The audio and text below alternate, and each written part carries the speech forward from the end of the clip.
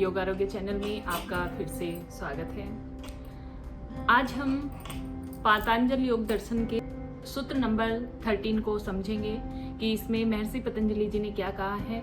सूत्र नंबर 12 तक हम पढ़ चुके हैं, जिसमें अभ्यास और वैराग्य के बारे में बताया गया है कि चित्त की वृत्तियों को रोकने के लिए क्या क्या प्रयत्न किए जा सकते हैं। अब हम जानेंगे सूत्र नंबर 13 क्या कहता है और महर्षि पतंजलि जी ने इस सूत्र के माध्यम से क्या समझाया है। सूत्र नंबर 13 है तत्र स्थितो यत्नो अभ्यास है।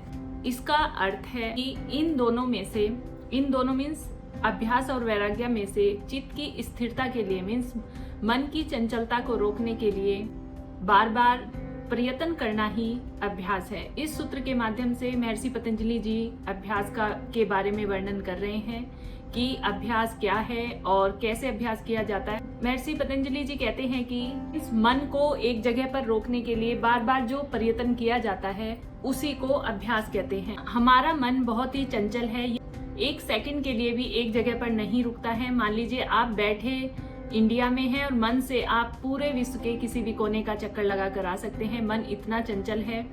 मन को की जो स्पीड है उसको सबसे ज्यादा तेज बताया गया है कि आप एक क्षण में, एक सेकंड में कहीं भी पहुंच सकते हैं। और इसी मन की चंचलता के कारण हमारे मन में हर समय विचार आते रहते हैं। एक भी पल ऐसा नहीं होता है कि जिसमें मन में कोई विचार ना आए। हमारे जो स्वप्न होते हैं वो भी हमारे विचारों से ही रिलेटेड होते हैं। जैसे हमारे विचार होंगे वैसे ही हमें स्वप्न भी आते हैं। मान लीजिए अगर हम हर समय नेगेटिव सोच रहे हैं या नेगेटिव थॉट्स हमारे माइंड में आ रहे हैं, हमारे जो सपने हैं वो भी नेगेटिव तरीके के ही होंगे।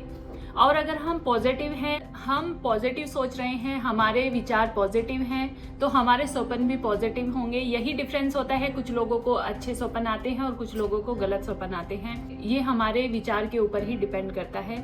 इसीलिए हम कोशिश कर सकते हैं कि हम अपने विचारों में चेंज कर सकते हैं। और ये कैसे हो सकता है? हमारे शास्त्रों में मन को एकाग्र करने का, मन को एक जगह पर रोकने के अलग अलग तरीके बताए गए हैं। अलग अलग धर्मों में, अलग अलग शास्त्रों में ये तरीके अलग अलग हैं। जैसे ध्यान करना, भजन करना, कीर्तन करना। मूर्ति में कुछ लोग निराकार को मानते हैं और कुछ लोग साकार को मानते हैं, जैसे जिसमें मूर्ति को मानते हैं। कुछ लोग मूर्ति में अपना ध्यान लगाते हैं। सब करने से क्या होता है कि हमारा मन एक जगह पर टिकने लगता है।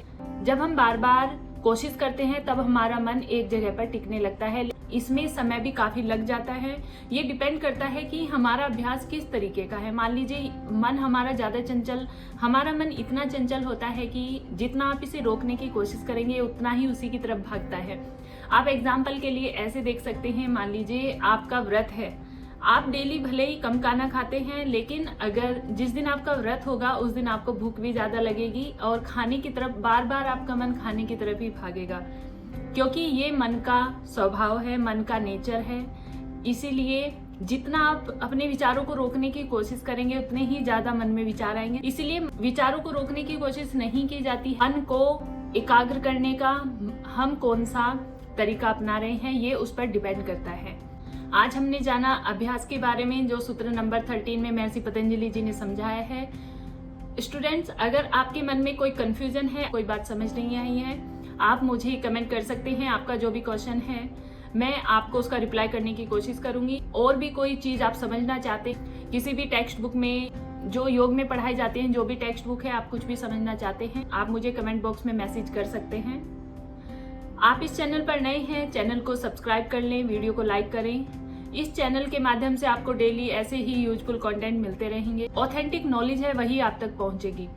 इसीलिए आप इस चैनल को सब्सक्राइब कर सकते हैं। और वीडियो अगर आपको अच्छी लगी है आप इसको शेयर भी कर सकते हैं आपके अपने फ्रेंड्स के साथ। आज के लिए इतना ही, मिलते हैं नेक्स्ट वीडियो में। तब तक के लिए हंसते रहिए, स्वस्थ रहिए। थैंक यू, नमस्कार।